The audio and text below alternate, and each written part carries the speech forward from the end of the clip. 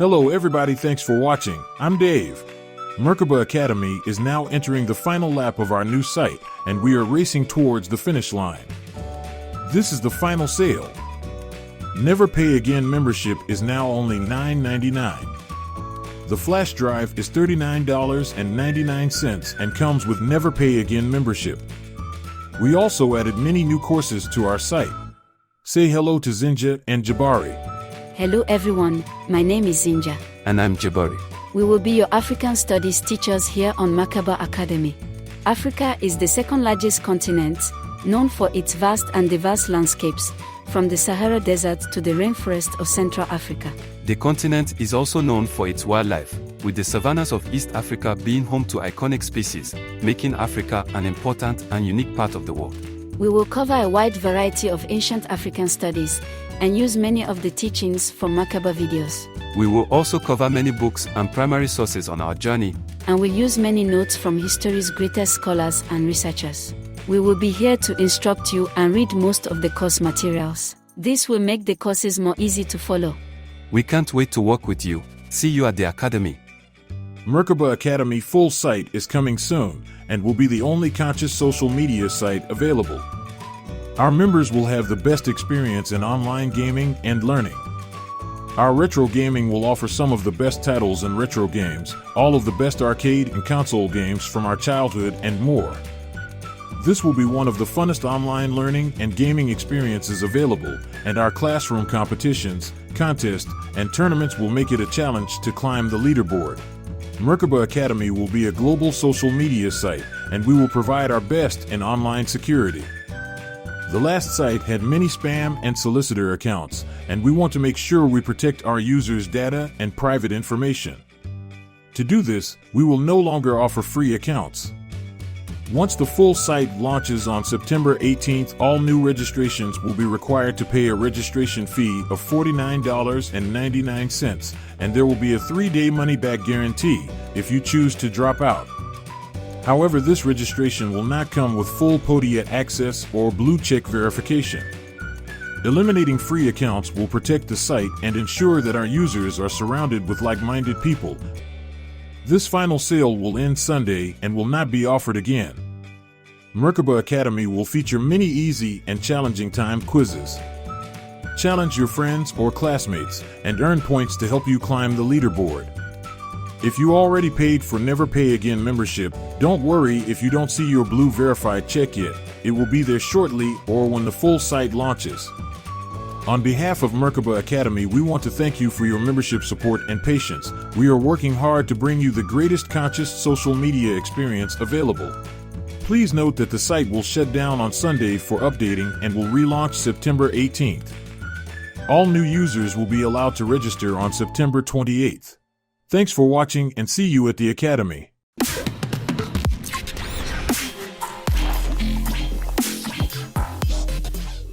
So the history is the important part because, we're all students of history and we got to know it. We got to learn it in order to understand why things are where they are. But what I want you guys to take from this is to understand why a lot of you guys in your own right are having problems with meditation and what those problems are about, how you can remedy those issues. But you got to know the history. It's, as I talked about before in Meditation 1, in order for you to really understand meditation, you got to take away the spooky part of it and understand, basically the science behind it, or, what you can take from it and put in real physical reality to understand or relate to, in order for you to really grasp it and understand, what it's about and how it really works. So when you get this history, you understand everything behind it and what has been put in place to keep you from really experiencing it. It'll help you really appreciate it more, help you really get in a lot more to it. But, let's get into this. So now, talked about before how the ancient Egyptians told the Europeans that they needed to come back into melanin. So now, how do we even, come to this conclusion? Now, it's a lot of people who argue that this is something that didn't happen, but it's one of the things you got to understand. Like, everybody came into Kemet to learn. When you go back and you look at all of the ancient civilizations from that time, all melanated people across the world, everybody came into Kemet to learn, to study. The ancient Egyptians taught these people how to basically run their civilizations and taught them a lot of stuff. And when you go look at the ancient civilizations from around that time, we see every melanated civilization grew. Like they took that knowledge and they did things with it. We see that the Asians grew their civilizations. We see that in India, they grew their civilization. We see down in South America, the civilizations grew. And we look around and we see that it's the same type of teachings in ancient Kemet that we find in these ancient civilizations. We see the same type of symbols, the same type of following that we can see from ancient Egypt. And we see they had the same understanding. When we look across the world, we can find things that identically match up with what we see in ancient Kemet, showing that they must have at some point came into close contact with each other and basically prove what everybody is saying, that everybody came into Kemet to learn. The only civilization we don't find during this time where everybody is growing, everybody is developing their civilization, the only civilization we do not find, the only people we do not find during this time is the Europeans, white folks. You can go back during this time of ancient Kemet and you don't find a civilization of Europeans developed as the Chinese was, developed as they were in India. You can't show me a place on the planet where we can find ancient ruins that belong to Europeans prior to the fall of ancient Kemet. And this is what you also have to understand. Ancient Rome, ancient Greece were African civilizations. So when we talk about them teaching and them coming into Kemet, Africans as well, came into Kemet to learn from the ancient Egyptians, and they were taught, and everybody took their knowledge back. The only people we do not find growing a civilization as sophisticated as the ancient Egyptians, as sophisticated as the Indians and the Asians, is the Europeans. We do not get a sophisticated European civilization until the conquest of ancient Kemet. When Kemet fell, this is where we eventually start getting the Greek philosophers and everything like that start to come into play after they stole the knowledge from ancient Kemet. So we know the ancient Egyptians taught math, they taught science, they taught about astrology, they taught a lot of things to these people who came in to learn. Now, it was a lot of stuff that you can learn, a lot of stuff that you can have hands-on training with, as far as the ancient Egyptians teaching about, crops and how to basically agriculture, everything like that. They taught everything. The difference was, the mystery school. In order for you to get accepted into the ancient Egyptian the mystery schools, you had to pass a series of tests. It was an initiation process. And the process was even tougher for anybody that wanted to become what the Egyptians call a hem-netcher or a hem-et-netcher, which means a male or female priest. In order to get that deep into the mystery schools, there was a process. And this is where the basis of basically meditation, yoga, chakra work, all this stuff comes from the knowledge and understanding of the healing process of Sekhem. Now, it says here, Egypt was then the cultural center of the world where everyone sought wisdom and learning, and scholars came far and wide to study in the temples. However, few made it through the arduous process of initiation into the priesthood. Some did succeed and took their teachings back to their homelands, where they taught others the sacred art of healing, of mysticism. Over the years, the teachings changed as the teachers developed and grew with their philosophy until each system had its own distinctive feel and energy. Now understand, this process, this test you had to take was a process of understanding how to feel energy. And it was a test that you had to take to prove that you can feel and understand different types of energy. This was a major part in the healing process and understanding how the ancient Egyptians were able to do a lot of stuff that they did. Now, one of the reasons why, of course, that the Europeans couldn't pass this process is because the calcified pineal gland. We also understand that having a lack of melanin played a role in you not being able to understand and pass this part of the initiation process and feeling energy and everything like that. So we know that, you had Thales, you had Plato, Aristotle, Socrates, Pythagoras. We had a few ancient Greeks that were allowed to studying the ancient Egyptian mystery schools. A lot of people say, well, they were Greeks. That's another thing you got to understand. A lot of these first, because there is not a long list, and it's something you really got to think about. Remember, we are living in a society that is controlled by the conquerors, not the conquered. So they are telling a false history, and it's up to us to be researchers and go out and to, put forward what makes the most sense. And this is clearly one of the things that they hide. The thing is, there are so many reports and depictions that the first Greeks that were initiated into the mystery schools were black or indeed mixed race, mixed black and mixed Greek, or mixed with something else, which is one of the reasons why they were able to pass the initiation process of the Sekhem and prove they were able to feel energy because they were melanated. And this is one of the things that is talked about in the book Black Athena, understanding that the original Greeks were, black, of course, before conquest. And it's something I'm going to talk about in the Sacred Science Volume 1 that's coming up. This is a long series that's going to be good. But we're going to get into a lot of this stuff. But we're black. A lot of people know this already. When you look at the depictions we see of Socrates, a lot of people argue a lot of his features were black. And we know, as I said, about Black Athena. And it's so much other things to point to this being so. The reason being, one, is there's only a small amount of Greeks that we could point to that actually made it into this part, the priesthood or the mystery schools of the ancient Egyptians. You would think it would be more. You would think it would have been a lot more information. And then also, you would think if they really got in there and got the knowledge that they need, it would be no need to conquer Kemet. So it's going to make a lot of sense in a second. But yeah, it says here, the origins of ancient Greek civilization. And it's commenting on the book by Barton Bernal. It says, Bernal rejects the theory that Greek civilization was founded by Indo-European settlers from Central Europe, which we know is bullshit. That theory, which Bernal calls the Aryan model, which it is, became generally accepted during the 19th century. Bernal defends instead what he calls the ancient model. The name refers to the fact that both Egyptians and Phoenician influences on the Greek world were widely accepted in antiquity. And this is easy for people to understand. One, you had the Aryans come down from the north after the Ice Age or what have you, started to come into what we know as Greece. And you had Phoenicians there. Eventually, as the Greeks admit themselves, that they were the ones who basically, they got the alphabet from the Phoenicians, which the Phoenicians got the alphabet from the Egyptians because the Phoenicians were Egyptians. A lot of people get confused with the names. These are lazy black people, the Egyptians, Africans, whatever you want to call them.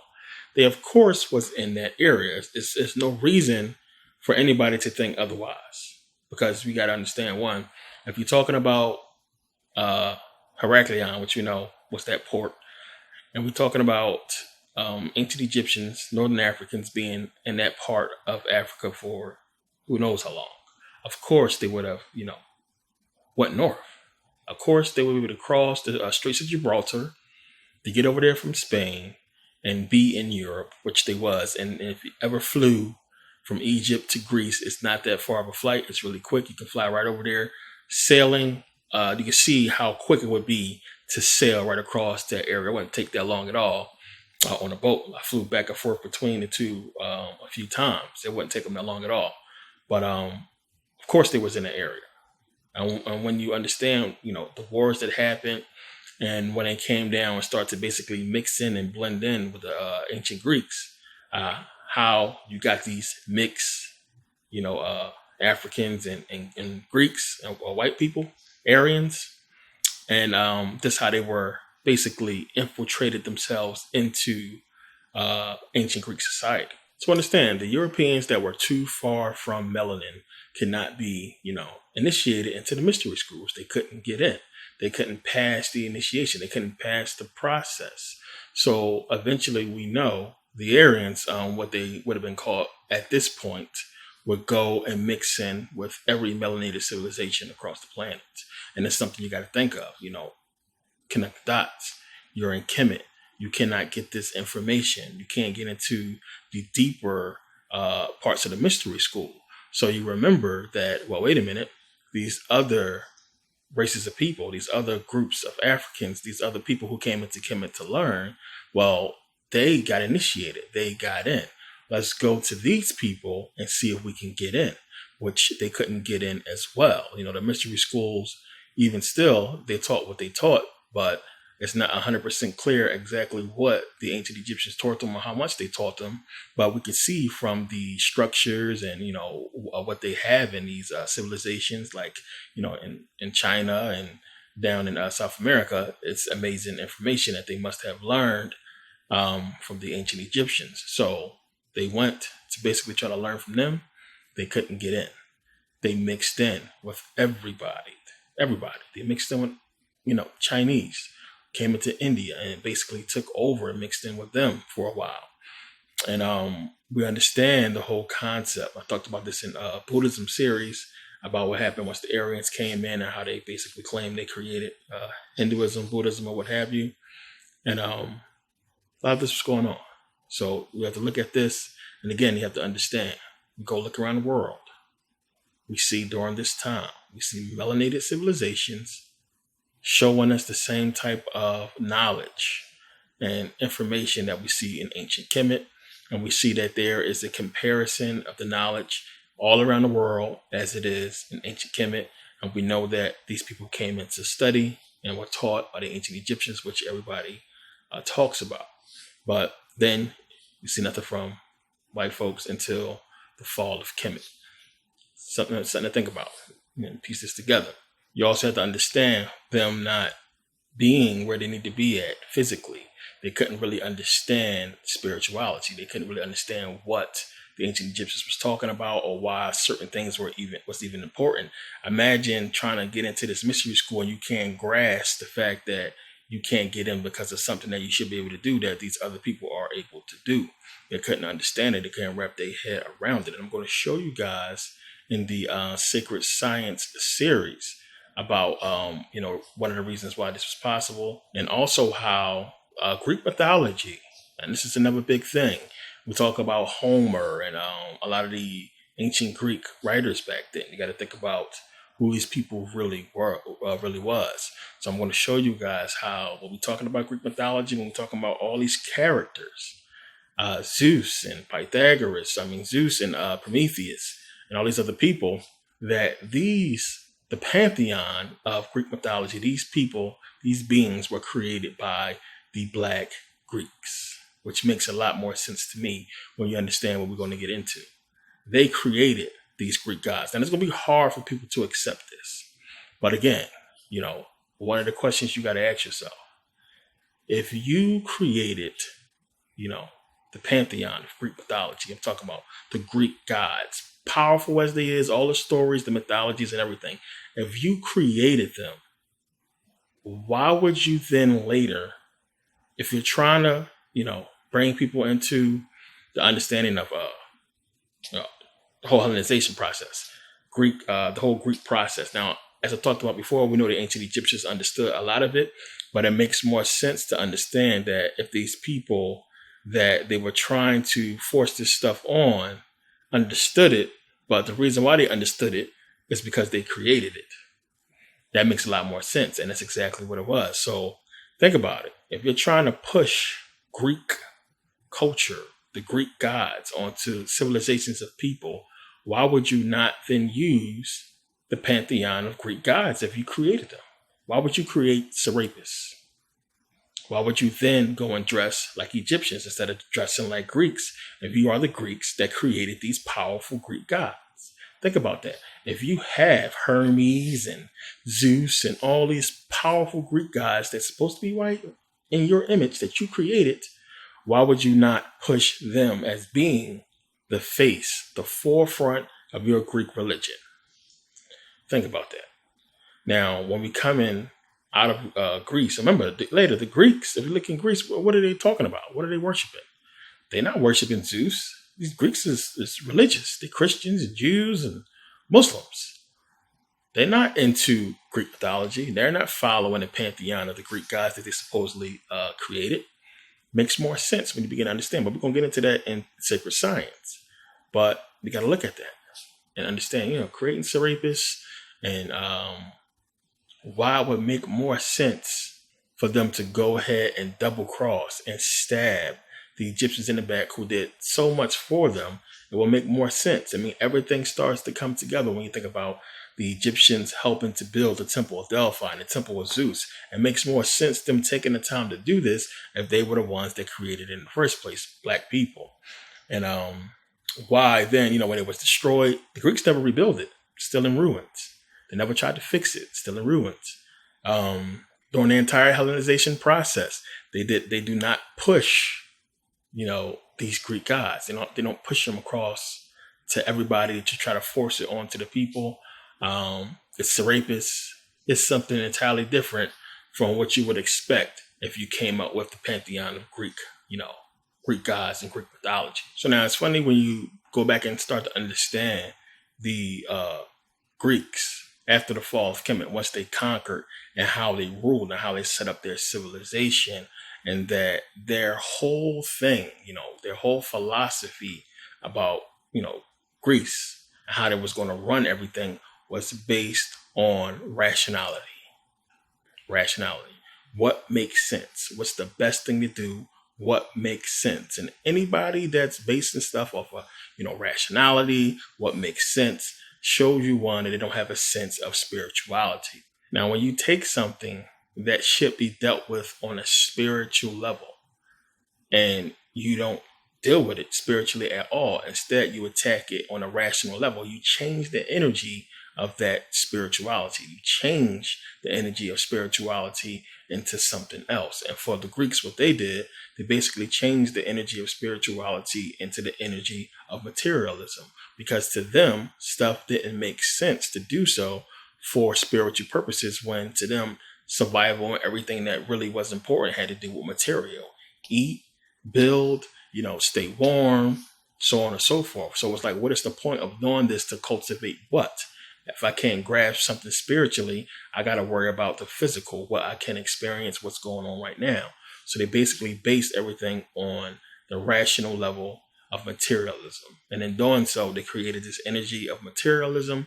And we see that's exactly how everything basically began to spiral with them and begin to take shape as far as them building and going forward the way they went, them fighting over the lands the way they went. I mean, just think about it. It was like you had an organized process for a long time. And once they finally took over, they couldn't control themselves. The Wars of the Diadochi shows you there wasn't a spiritual process in sight. They killed each other. They didn't really care about anything. You had them come together. They couldn't rationally, separate the land. They was thinking about materialism. This is mine. I want this. This is better. And they fought and killed each other over our lands. So within their own frequency and atmosphere, they created this energy of materialism and began to basically conquer North Africa and the lands that was, formerly the ancient Egyptian empire. But now I'm going to read from Dark Light Consciousness about this particular point. And this is saying here, over the centuries, as our ancestral tribes migrated and crisscrossed the earth, interacting with local climate and ecology, the pineal gland has undergone varying forms of influence. In the northern climates of Europe, the pineal gland experienced some degree of calcification. There is less calcification among people of Asia, and the least amount of pineal gland calcification among people of more direct African background. This may have implications for mankind's experience of spirituality. I've been talking about this for a long time. Some researchers speculate that there is an association with pineal gland calcification and humankind's gradual descent into the world of both materialism and materialist philosophy. This is suggested because the pineal gland is universally associated from Descartes to Kemet with the capacity to subtly see the literal and spiritual light within us. As we move more into the material realm and lose more of our capacity for sensitivity to these realms, there is increasing pineal gland calcification. So the more material you are, the more your pineal gland calcifies because you're not spiritual. We are now at the point in our collective history where we are so deeply embedded in materialism that large numbers of us even doubt the existence of a spiritual reality itself, let alone the connection between the pineal gland and the capacity to see within. The present materialist world order is an abject rejection of every traditional and spiritual institution from the peoples of Africa, India, Europe, the Middle East, and Mesoamerica. Our age is currently the most materialistic of any in the memory of the world, which I agree. We calculate the timeless orbit of the stars, yet fail to see the eternal cycle within our own souls. And this is exactly what I have come to suspect, and you have as well, as a lack of empathy, something that we all talk about. How can you do the things that we have seen these people do across the planet for centuries? Enslave people, starve children to death. You know, the things we've seen with 9/11, blowing up children in foreign countries and bringing buildings down on these people. It's a lack of empathy. It's clearly there. And there is a true love of materialism that we see with the Europeans. I mean, just look at everything that we've been seeing. I mean, look at the system they created. It's designed and created, to be basically, servant to money. Material, gold. If you got this material thing, you can be at a certain level. Everything that we are following has to do with materialistic stuff. It's very little spirituality, and they created a whole spiritual situation with religion that's really, it's really designed to basically make you want more material. I mean, it's giving you problems. It's causing conflict within yourself. But we look at how materialistic this stuff is.